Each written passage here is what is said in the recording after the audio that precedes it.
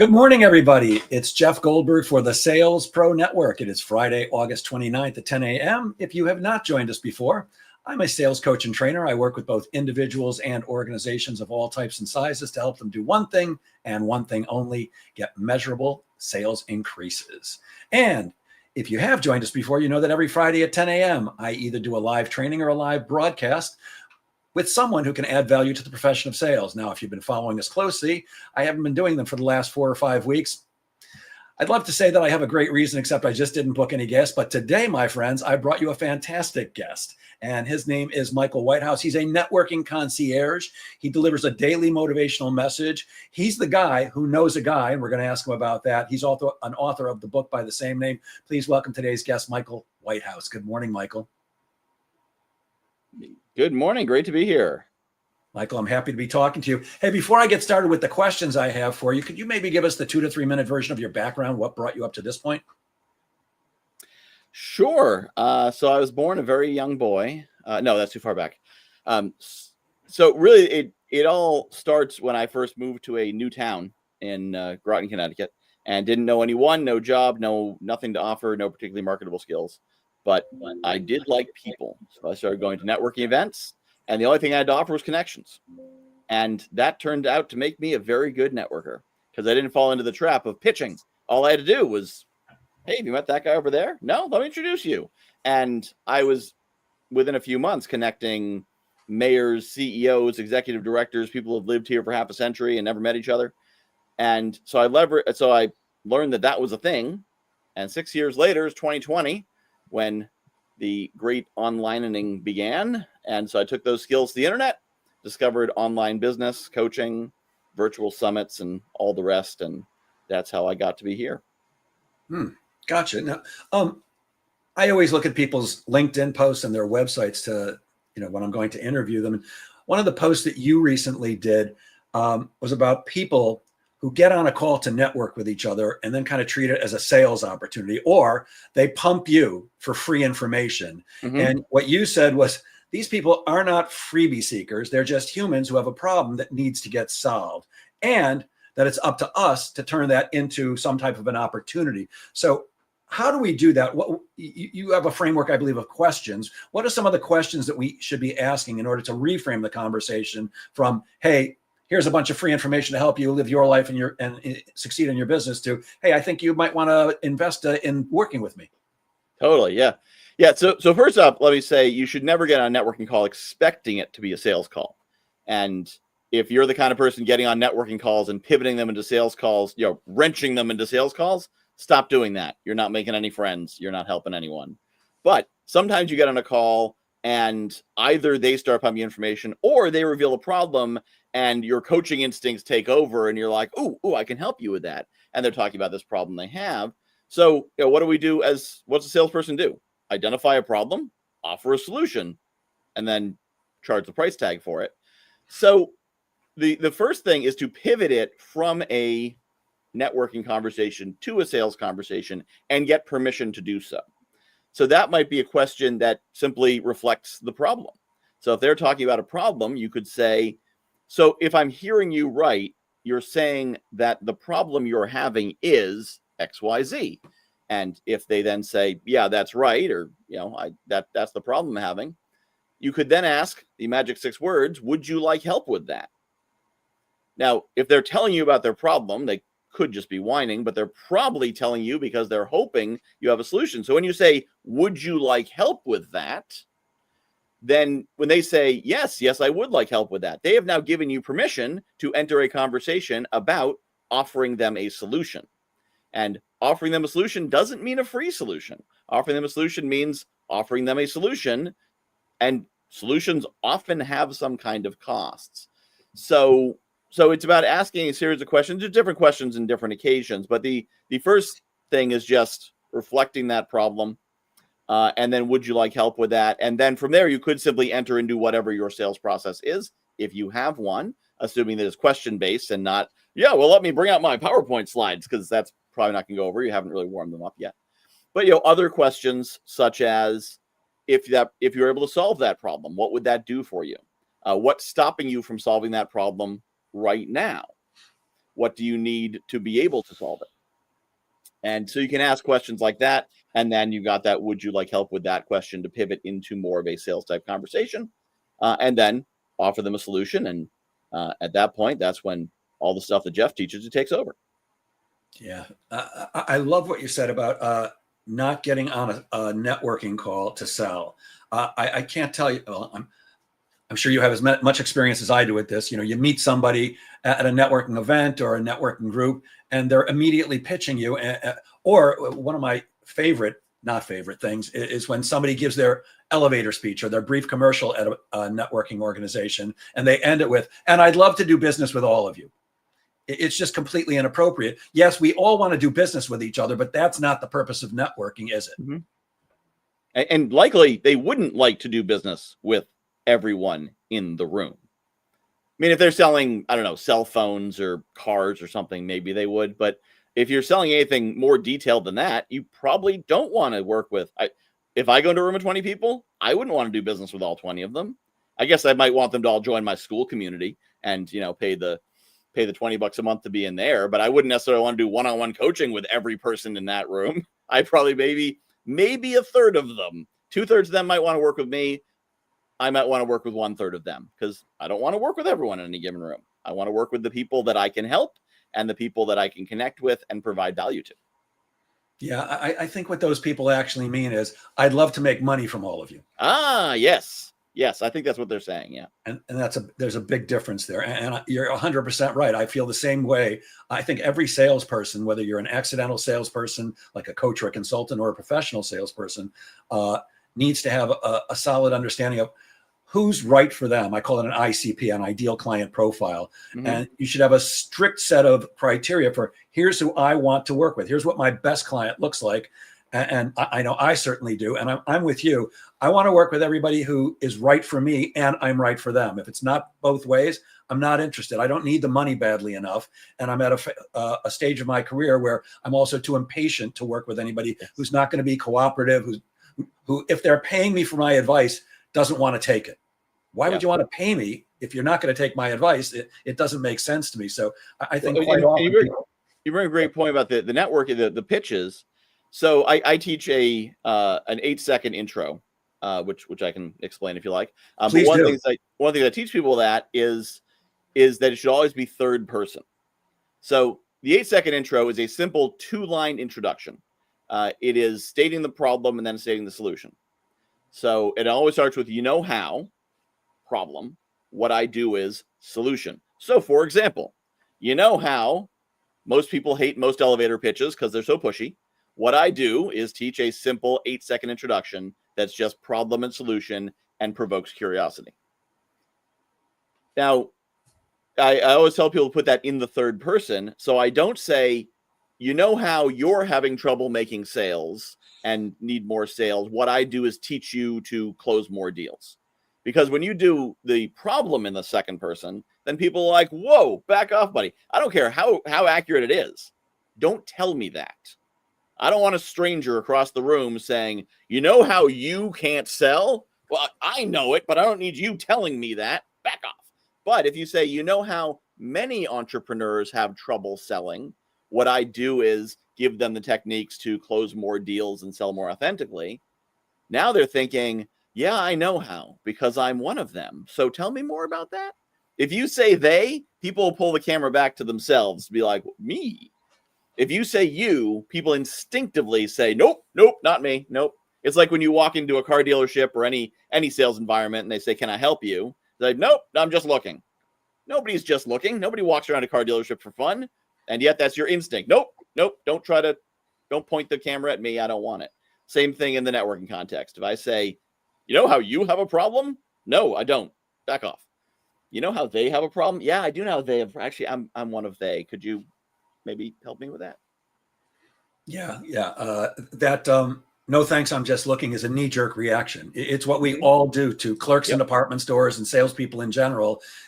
I've used this example a million times, but you walk into a department store and there's somebody my age often holding the door open with a big smile on my face saying, "Can I help you?" And we all say exactly what you said. "No, thanks. I'm just looking." And then as we turn around to walk away from the pesky salesperson, we turn back and go, oh, wait a minute. Where's the black t-shirts? Where's the glasses? Where's whatever you needed? But our natural instinct is getaway salesperson. I don't need anybody pushy on me. Yep. And I love what you just said about that third person thing. I have a couple of brief commercials for different circumstances, but I will often say, did you ever have a salesperson trying to sell you something and you walked away feeling slimed?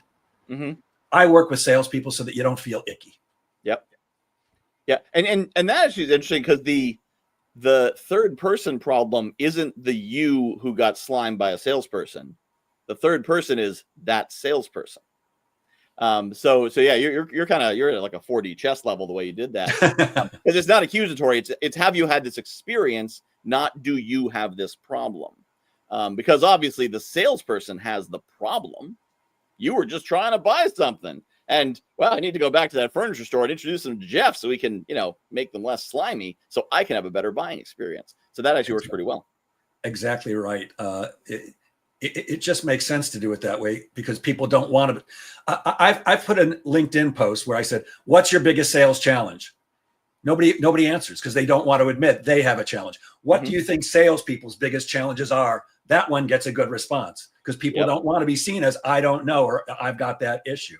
I'm a big fan of networking, and I know you are a master connector. Networking is all about connections. It's not really about me selling to you. It's about me turning Michael, because you trust me so much, into one of my salespeople, because you're going to run into people, hopefully, that need what I have. And hopefully I've developed enough of a relationship with you that you trust that if you introduce me to somebody, I'm going to make you look good. What's the mindset that we need, though, to be a powerful connector? It's really about making connections for other people most of the time. And I've done it a gazillion times. And I think, actually, before I say what I think, I'd like to hear what you think. What is the mindset needed to be a powerful connector? Yeah. So to quote Chris Salem, it's about give without expectation and receive without resistance. There you go. And so it's like what you're talking about with, I want them to be a salesperson for me and know me. That's more of like a BNI model, which is fine. If you're working with someone as a referral partner on an ongoing basis, then you want them to know more about your business, more about them. But in terms of general networking, you're at an event, you're doing a one-to-one, a coffee chat, whatever you call it. In that situation, what you want to be doing is providing as much value as possible up front with no thought to what it's going to do for you. And this also solves the problem of what do I say when I'm networking? Because a lot of people are like, well, I got my pitch, but I don't know. It feels kind of pushy if they have any kind of, self-awareness. So, what am I going to say? And the most effective thing is to say the things that get the other person to reveal the problem they have so you can solve it for them. And there's 3 ways to solve a problem in networking. You can offer an introduction. Have you met Jeff? He knows a lot about this sales stuff. You can offer advice. Have you watched Jeff's show? He talks a lot about this sales stuff. Or you can make an offer if it's appropriate and only if it's appropriate, only if it solves a problem for them. You don't want to make any offers because it solves a problem for you because, I want to do business with everyone in the room. But if it's appropriate, if you're a physical therapist and they got back pain, you might make an offer to them. You've got a solution that they can pay for that'll solve their problem.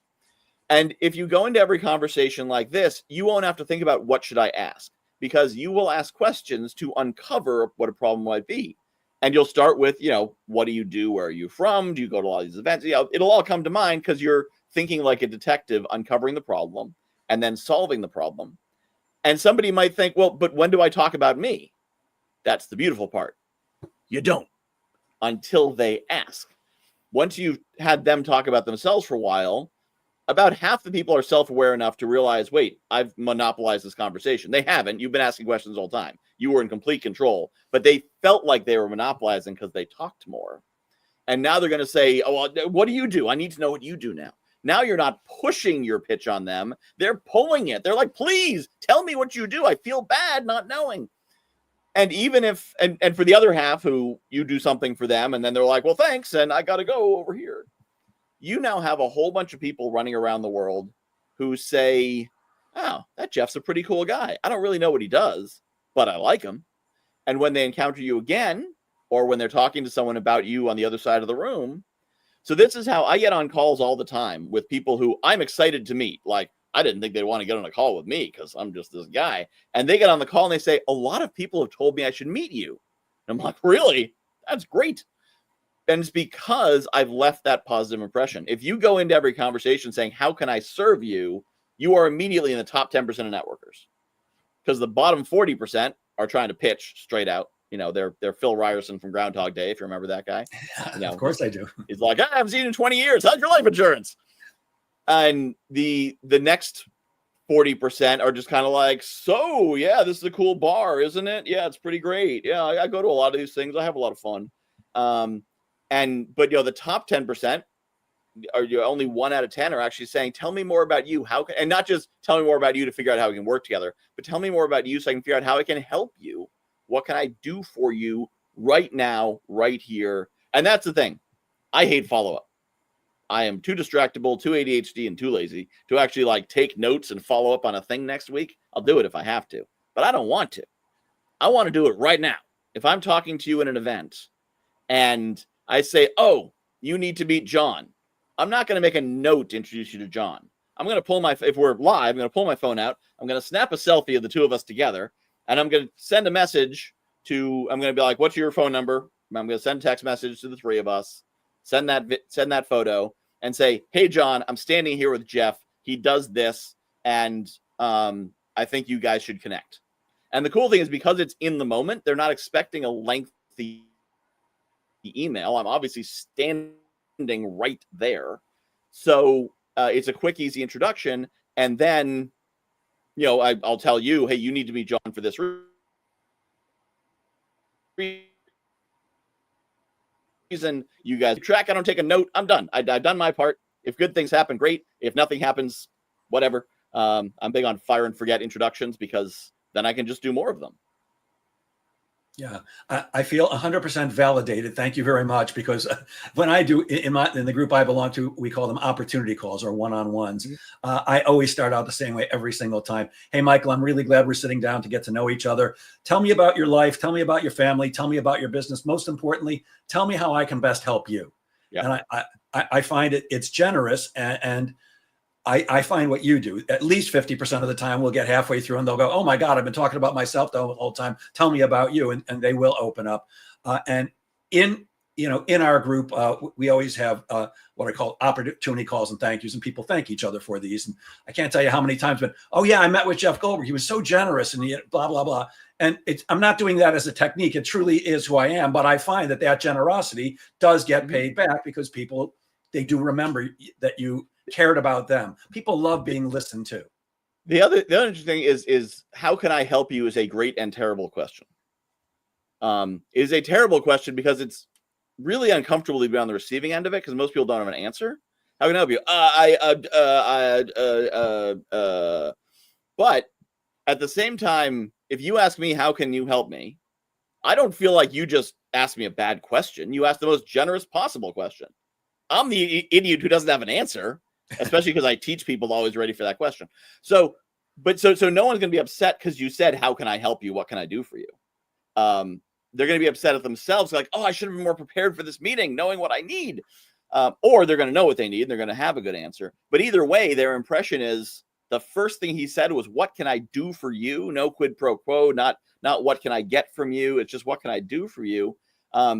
And then, especially if you're not like, all right, well, what do you need? Well, what do you need now? Huh? You got anything? Got anything? As long as you're like, no, that's fine. Maybe think of something later. Tell me a little bit more about what you're doing. Tell me what you're up to, whatever. And you help them along. And then they're like, oh, you offered to help me. And then you saw I was kind of stuck. And then you offered to help me with that. You offered to help me with figuring out how you can help me. Wow, you're helping me in this like helpception. Yeah, what I'm looking to always do is truly be generous, but also I want people to see who I am and what I do. And my particular business is such that if somebody says, I don't really know how you can help me, well, what's your biggest sales challenge? What's the thing that keeps you from earning more money in sales?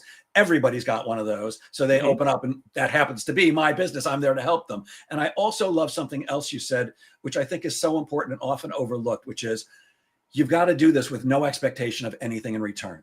You know, I've made introductions tons and tons of times where there's almost no shot of anything happening good for me out of this. It's just me putting two people together that I think can help each other. But I truly do believe that what goes around comes around. And, you know, if I help Michael Whitehouse may never help me because he doesn't want to, because he can't, or whatever the reason is, but somehow the universe is going to pay me back. That's just what I believe. And I found that to be true in almost every instance.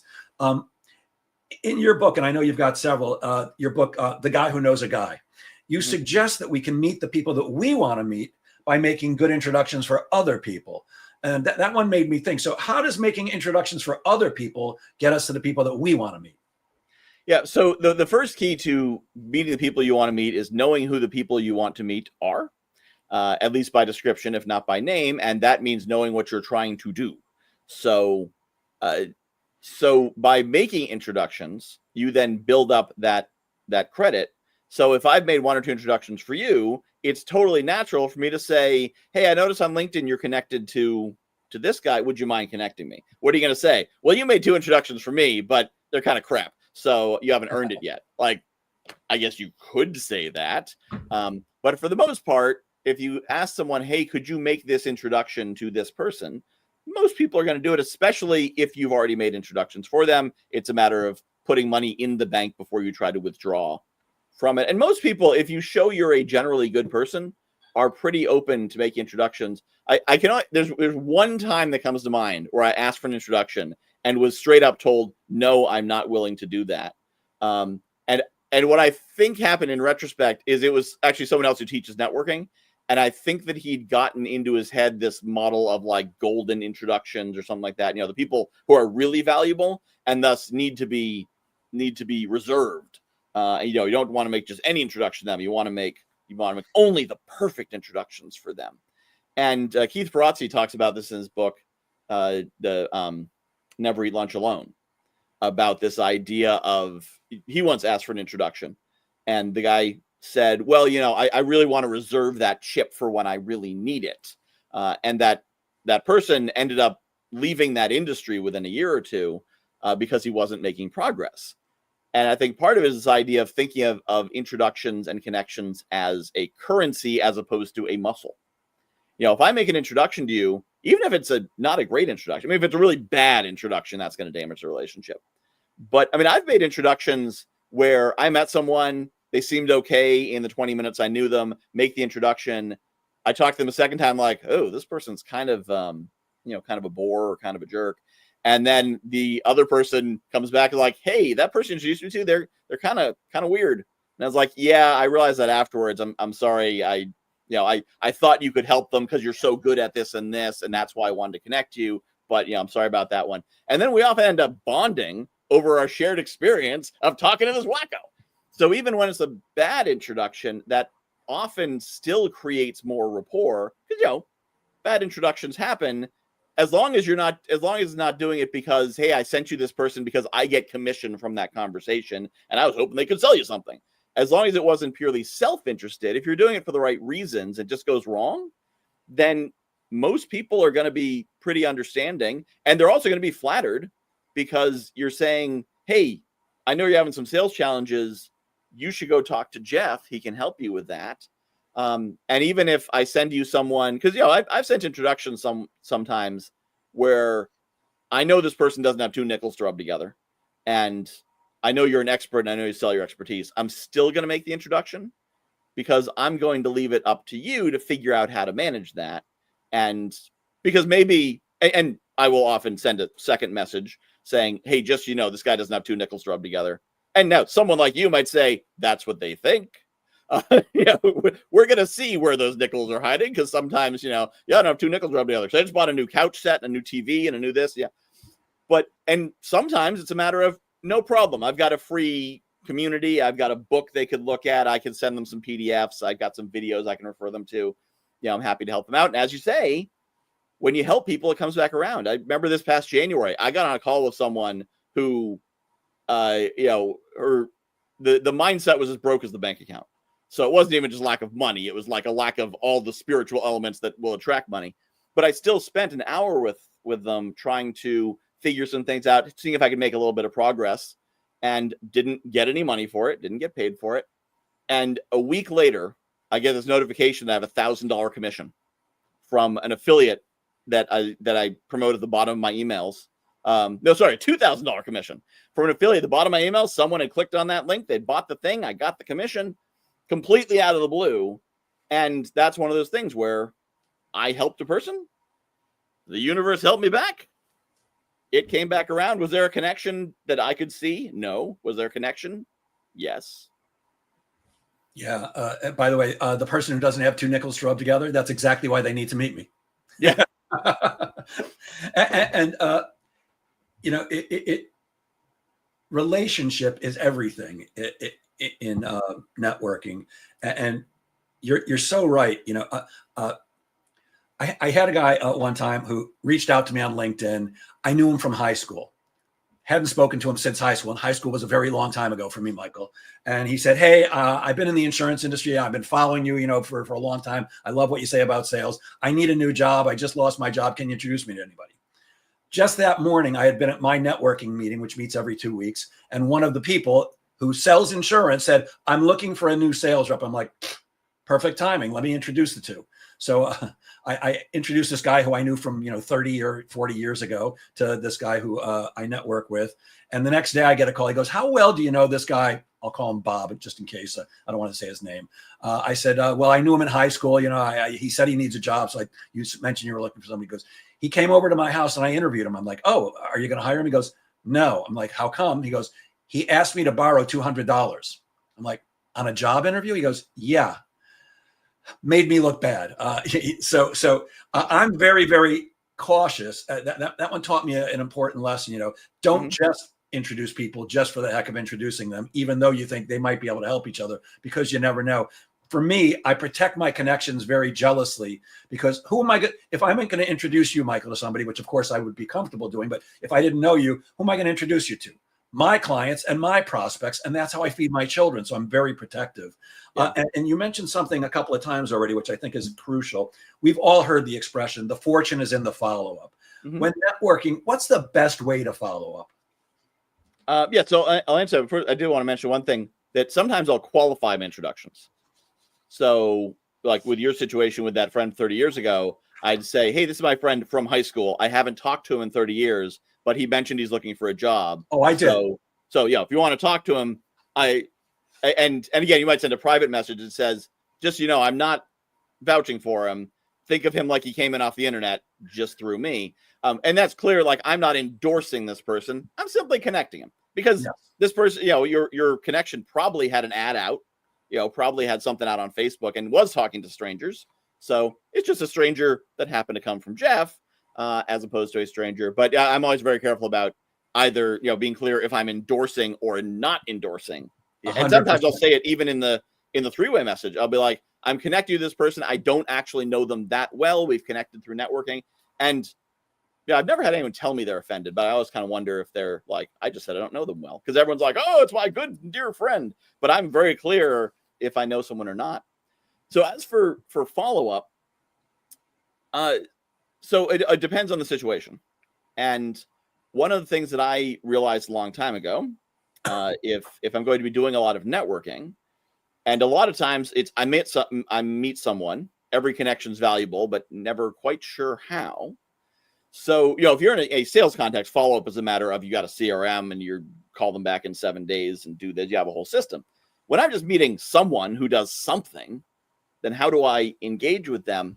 And what I ended up using was the tools of email marketing, not the techniques of email marketing, but the tools of email marketing for a mass follow-up by creating what I call an email community. So when I meet someone, I invite them to join my email list. And on that, I share stories, ideas, recommendations, podcasts I've been on, books I've written, invitations to events I'm doing, things like that. So they kind of get it. It's similar to following me on LinkedIn or Facebook, but I control it, not the algorithm. So I decide what I'm going to send them, and I don't have to worry about if there's a link in it and the algorithm is not going to send it or whatever. And I find that works very well because I get to stay in their universe without having to call them back 3 months later and be like, hey, how you doing? Because at one point I was meeting 20 people a week, which is 80 people a month. 20 people a week is 1,040 people a year. So that's a lot of people. And if I was calling back everyone or re-engaging with everyone individually that I'd ever met, I would just be spending all my time doing that pretty quickly. Or I just wouldn't be following up, and I'd have a lot of meetings that led to nothing. And I think that's why a lot of people, their networking is very focused and ends up being salesy, because they're like, I don't know what I do with you if you don't end up in one of my follow-up strategies or funnels. So that's why I find having a email community really effective. I've recently gotten involved with Skool, Skool, which is that platform that Alex Hormozi bought into. And you can have for $9 a month, you can have a free community that people can join, which is functionally similar to an email list. And so that everything I'm saying about the email community could work with a free Skool community as well. But it's this idea of saying, hey, you're pretty cool. I don't know how we can work together, but I like your energy. I like your vibe. I'd like you to remain in my universe. And I've got this space, whether it's an email list that's not a pitchy list, but an actual, email list, or a Skool community or whatever. I'd like you to, invite you to join it because I'd like to bring you into my world. And if I find any good connections for you, I'll make them for you. And you may just find them yourselves because I'm hosting the party and there's some cool people there. The most important thing, though, is if you do this, remember why you're bringing people in and how you're bringing them in, because sometimes people do this and then forget and then use email marketing strategy when they write their emails. And so I invite you, hey, I'd love to stay connected. Why don't I add you to my newsletter? And it's like, buy my stuff. Here's my 20% discount. We're having a big sale. And you're like, oh, okay, you're a sales guy, McSaleserface, as opposed to a human who happens to sell some things. So if you meet someone as a human and you want to maintain a human connection using digital means, then project your humanity across those digital platforms. Gotcha. So I'm curious, do you segment out at all? Like, here's most people that I meet, and they're going to go into my email or my Skool community. And here's some people who I think are my A list, and I'm going to touch base with them more often. Here's why I'm asking. In the group that I belong to for 20 years, and I get a third of my business from referrals from that group, there's 40 people in the group. Some of them I'm very close with, and others I know well, and others I know pretty well. Some of them are really well suited to refer business to me and me to them. Others not so much, but you never know. And I know that for me, when I get a call from one of the people in my group, even if it's, hey, Jeff, how's it going? Great. What can I do for you? Nothing. I just called to check in. That's a deposit in the bank that makes me feel very special, as opposed to a mass email that I'm getting from that a bunch of other people are getting. So my question is, does everybody, well, I like that you ask, can I put you on my email list? Do you treat everybody the same, or are there some that you also segment out and it's like, these people get extra attention? Am I making sense? That would be a great strategy, and I'd probably make more money if I did it. What tends to happen with my ADHD approach is that certain people self-select into a closer circle. So some people join the list. Some people, during that networking call, I see ways we're going to work together, and then that goes straight into more conversations. But some of it has to do with how my business is built, and some people in your audience may identify with this. Is I kind of built it backwards. So I imagine you built your business starting from, I am an expert in sales with a lot of sales experience, and my product is sales training and coaching for salespeople who want to be better. Pretty straightforward. So you know who the audience is, you know who the referrals are, whatnot. I got into my business in 2020 because the magazine that I was selling was very hard to sell ads for when I couldn't do in-person networking. And then I found this coaching thing, and I always kind of wanted to coach, and it seemed kind of cool, but I wasn't certified yet. And then I learned this sales strategy that sold coaching pretty well. And I sold some clients, but I couldn't serve them well, so they canceled. So I got certified. And then I could coach, but I didn't really have a target audience for it. And then I met 3,000 people, not all at once. It was over the course of years. Learned a bunch of stuff from them, developed a bunch of skills and a bunch of ways I could help a whole bunch of different people. And so I helped some people do some things in some ways. And so I never really had that exact clarity on who my audience is, what my offer is. I saw an Alex Ramosi video pop up recently, and he's like, one offer to one audience, solving one problem. Like, that sounds great. I bet I'd make a lot of money doing that. Someday I should try it. But I've never been able to zero in on like, what is the one thing that I can help people with? Weirdly, I still made 6 figures last year, doing whatever the heck it is I do, which is a bit of promoting affiliate partners. But I think what I do is I have packaged my business to be this helpful guy. So I meet people, I invite them into that community, that email community. I provide them value in the sense of fun stories, teaching things, introductions. I see referring a partner as introducing an audience to a partner. So it's just like saying, hey, have you guys met Jeff? To the email list. And so it's not like I am pitching a product, meet my friend and go to his masterclass and buy. It's like, hey, I know this. I got this guy. I'm the guy who knows a guy. So if I know a guy with an offer or a webinar or a masterclass, hey, I got a guy. He's got a masterclass. You might like it. You want to check it out. And so I've built that identity, that personal brand as a generally helpful guy who knows good people. And from that, I can then run virtual summits, which builds my email list. I can run virtual networking events and sell tickets to them. I can promote affiliate partners because it's very easy for me to promote all kinds of partners because, who's outside the brand of the guy who knows a guy to promote?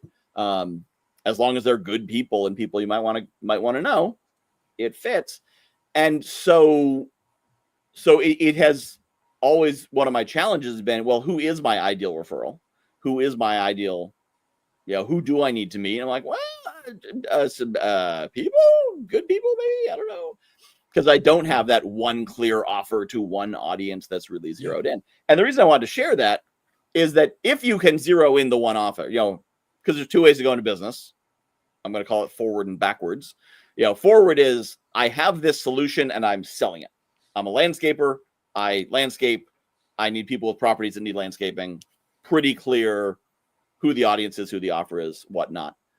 And the other one is I want to start a business because I want to work for myself and I like helping people or I like making money. Generally, if you're doing it for the money, you'll just pick your best vertical and work into that. But a lot of people in the coaching space are like, I like helping people. I have 6 modalities that can help 22 audiences.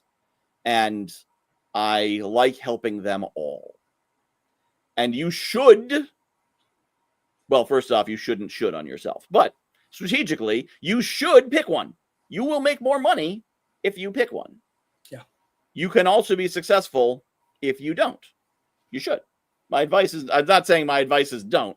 I'm saying don't say, well, I can't start my business. I haven't picked a niche. You can just start helping people. You can start building an email list or a community. And the community could be, let's say your name is Susie. Awesome people Susie knows. You could create a school community called Awesome People Susie Knows and invite awesome people. I have a Facebook group. It's the Guy Who Knows a Guy Facebook group. The requirement to get in there is we've had a conversation and I liked you. So it's 430 people who I've had at least one conversation with who I thought were cool enough to invite. And that's become this private group where when I have something I want to kind of trial balloon or get feedback on or invite people to, I'm like, hey guys, I'm doing this thing. And I'll get much better feedback there than anywhere else because it is that curated community. Sometimes other people post, they don't, because it's Facebook, so other people don't use it too much. But it's about building the network. So the upshot of this is, if you don't know what you're doing, what your audience, your focus, your niche, your business, whatever is, you can still start building that asset of an email list or community just around who you are and being a person. And of course, if you have fear of visibility, this is a terrifying concept. But if you can get over the fear of visibility, you can build a very valuable asset just around, I'm me, you like me, come on in. Yeah. Now, one of the things I know you do is you run summits. I think I actually spoke at one. Mhm. What are summits? What are they good for? And why do you run them at all? So a virtual summit is broadly any event that has multiple speakers coming together to provide content. Most virtual summits, the model is that the speakers all promote, and that's what builds the audience or part of the audience for the summit. So that is the top, dictionary definition of what a summit is. I have found that most summits I encounter are quite boring and not worth going to, because there are a lot of information and not a lot of engagement. I am easily bored. I may have mentioned that. So when I set about to run them, I said, I'm not going to run boring summits. I'm going to run awesome virtual interactive events. And that means they are interactive. They're not an event that you watch. They're an event you participate in. So the way I run a summit is that I bring together 10 speakers for 6 hours on Zoom, and don't react to that 6 hours part yet. I know you're like, 6 hours on Zoom. Hold that thought. Put a pin in that. And so each of the speakers can speak for 15 minutes. And in between the speakers, we do interactive stuff. So it could be a breakout session. It could be a hot seat where you get to get in the hot seat and all the speakers can give you advice. So you actually get a personal advice panel from all the people you came to see at the event. Sometimes do more of like a roundtable discussion, depending on how many people are there and how engaged they are. Might bring up a couple speakers, but it's a very free-flowing, interactive vibe. It's not like, now we are going to do this thing. So it feels like you're hanging out in a room with people and you're really there. And the result is that a lot of people tell me, I don't think I can spend 6 hours on Zoom. And I'm like, no problem. Come to the beginning of it. Leave when you need to. And the number of times that it's 5 o'clock, we start, 11 to 5 Eastern. The number of times someone at 5 o'clock says, I cannot believe I just spent 6 hours on Zoom. And I really can't believe I could probably do 3 more. Because Zoom fatigue is because you're sitting there trying to stay awake while people drone at you for hours and hours. Yes. You don't get Zoom fatigue if you're engaged. I'm not getting, Zoom fatigue talking to you on this call, because we're engaged. I'm talking, you're talking, we've got something going on. Where you get the fatigue is when they're just blah, blah, blah, blah, blah, blah, blah, blah, blah, blah, blah, blah, blah. So I create engaging events, and those are the point of entry to my community. So people come in, they meet some of the speakers, they meet some of the people in my community, then they're on my email list, they're hearing more from me, maybe they join the school community, they come to the Entrepreneur Village, which is a free weekly event I run, and so they get to say, wow, there are some cool people here in this industry, and not all of them are about, stacking cash to buy a Lambo and a private jet. I have neither a Lambo nor a private jet, and I would not buy a Lambo no matter how much money I had. All right. But my Kia Forte GT is pretty cool. What? I drive a Kia Forte GT, and I really like it. I know you did. And you paid sticker for it. I did. And you're proud of that. Well, tell me about that. Yeah, so I've sold cars, so I know. I've actually sold Kias, so I know a bit about behind the scenes, how much markup there is in these cars. A lot of our ideas about car buying is from buying cars in the 60s, 70s, 80s, back when there was 40% markup in cars or 30% or whatever it was, and there was a lot of room to haggle. These days, especially with imports, there is almost no room to haggle. The difference, I think it was the Kia Rio that was the MSRP was $18 below the invoice price. On the Forte, it's, I don't know, $600 above or something like that. So when I went in to buy my car, so my previous car was totaled in an accident, and I went in to the dealership I used to work for, and they said, hey, we have this car, the loaner, just off the loaner program. So it's 1 year old, 3,000 miles, been owned by the dealership the whole time. And I was like, this is pretty cool. This is the car I want. I like it. And so they said, here's the price. And could I have whittled them down $500? Probably. I could have spent an hour going back and forth and doing this and that and getting the things. It's funny. I said, I'm like, the price is fine. I want 3 things. So I want these 3 things. I want floor mats. I want you to, clean my wife's car, which is also a Kia, also came from the same dealership. And I want a spare tire, because those cars don't come with spare tires. What was the first one? Florettes? Floor mats. Oh, floor mats. Got it. Yeah. So number 1, floor mats. they were already in the trunk of the car at the time. So I was trying to negotiate for something already in the deal. 2, washing the car. They have a contractor, and they are only allowed by the contract and by their insurance to wash cars for delivery. They will not wash them for any other reason. And 3, Kia doesn't make a spare tire for the GT line of Forte, so they could not give me one. There's a third-party one, but they didn't know how to get it. And now, if I was really pushing, I'd be like, all right, cool, give me a credit for the amount of the spare tire. But I finance over 5 years. What's $300 over 5 years? It's pennies. $9, $10. So I could have gone through the stressful process of buying a car and gone back and forth, and they'd be like, well, we have to think about it, and I'll call you back, and putting it in, buying the whole thing. And I would have saved maybe $13, $15 a month. Or I bought a car like you buy a gallon of milk, and I was come in. Yep, sure, sounds great. Here you go. Here's the deposit. When do I pick it up? And I saved a whole bunch of, and for some people they have fun haggling over a car, and that's a different. At a different time in life, I would haggle just for the game, and I ended up like, let's see how far we can push this down. I've seen the teacher's edition. I've seen the answer key. I know what's there to win, and I know there's not much. So, like, could I have squeezed even $1,000 is $25 a month in the payment? Could I have squeezed that out of them? Probably.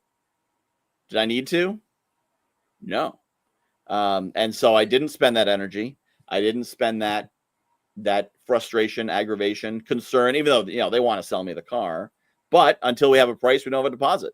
And maybe someone else is going to buy it. They only had one of those that was one of the loaners.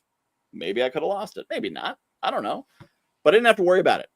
I just got it. And keep in mind, this is also after my car was totaled. I'm dealing with insurance companies. I'm dealing with this, that. I don't need to deal with fighting over the car too, and then losing the car and having to get a different car. And I didn't need that. Yeah. So I think so often we get fixated on, did I get the best deal? Yeah, I got the best deal. It was easy. How often do people pay $1,000 to relax? All the time. I paid as much as $1,000 for an easy experience. Yeah. And so I got a great deal by not getting anything I asked for. Yeah. And especially after totaling a car, the last thing you need is more aggravation. I've been there and done that and had the same experience. I buy my cars through a broker who I trust, and I trust he's going to get me the best deal he possibly can, knowing that he's in business to make money and he's entitled to. But I don't have to go to the dealership. He delivers the car right to my home. It's to me, like you, it's worth, maybe I'm paying a couple extra dollars. Yeah. What's the Opportunity Growth Academy? So the Opportunity Growth Academy came from, as I was discussing earlier, I've met a whole bunch of people and I've learned a whole bunch of things. And what I've come to realize is most people do not need, at least at first, deep dive $5,000 programs on most things. They need 20 or 30 minutes. They're like, yeah, I want an email list. Okay, well, I can give you a platform to do it on and a basic strategy to do it with in about 30 minutes. That'll get you a decent result. And for a lot of people, that's what they need. But now they need, now what do I do on Facebook? Now, how should I price this course? Now, and so most programs are so detailed that they are exactly what the course offers when the course offers it, which may or may not be what the client needs. So I created a simple $100 a month membership that's a weekly Zoom call. And every week they come in and they say, here's what I'm working on right now. Here's where I'm stuck. Or here's what I need to know. Or where can I find this? Or I need someone to edit my videos for me. I need someone to manage my Facebook ads. I need someone to, manage my tech. And so for $100 a month, they come into the community and they don't have to spend hours and hours and hours. Heck, they could come in and say, I'm looking to buy a car. How do I not get screwed? And I'll tell them about what they need to worry about and not worry about in buying the car. So because I'm very much jack of all trades, master of none, but sometimes better than a master of one, because oftentimes what people really need is that jack of all trades. And in the coaching industry, there's this push for raise your prices, double your prices, be high ticket. You don't want to work with a whole lot of people cheap. Now, what's that mean for the average entrepreneur getting started?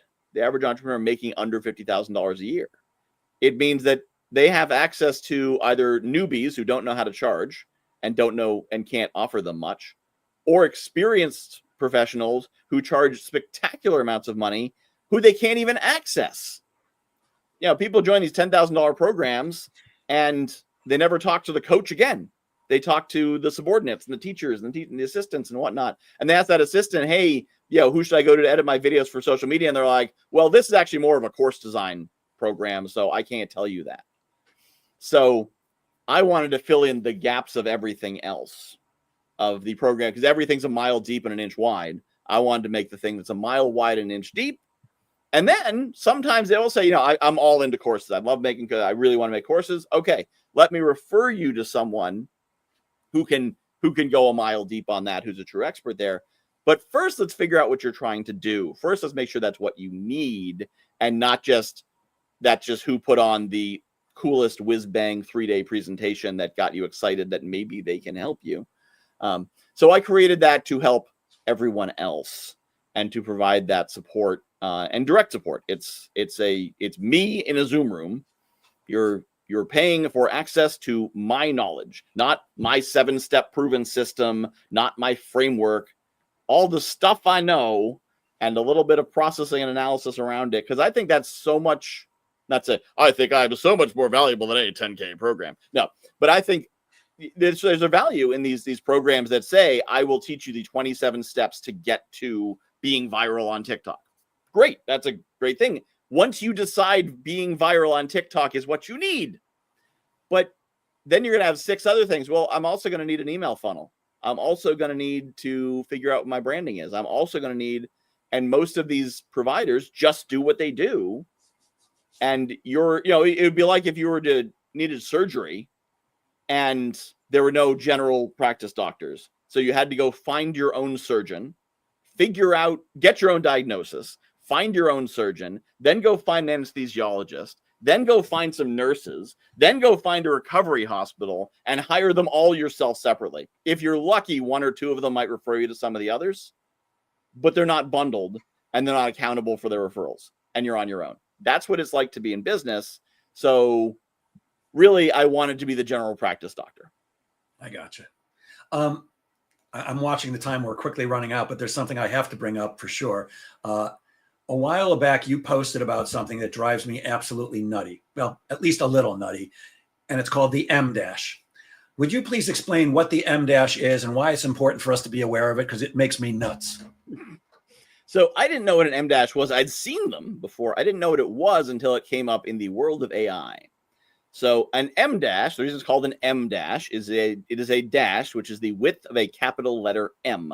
There's also an N-dash, which is the width of a capital letter N. An M-dash is used similar to parentheses.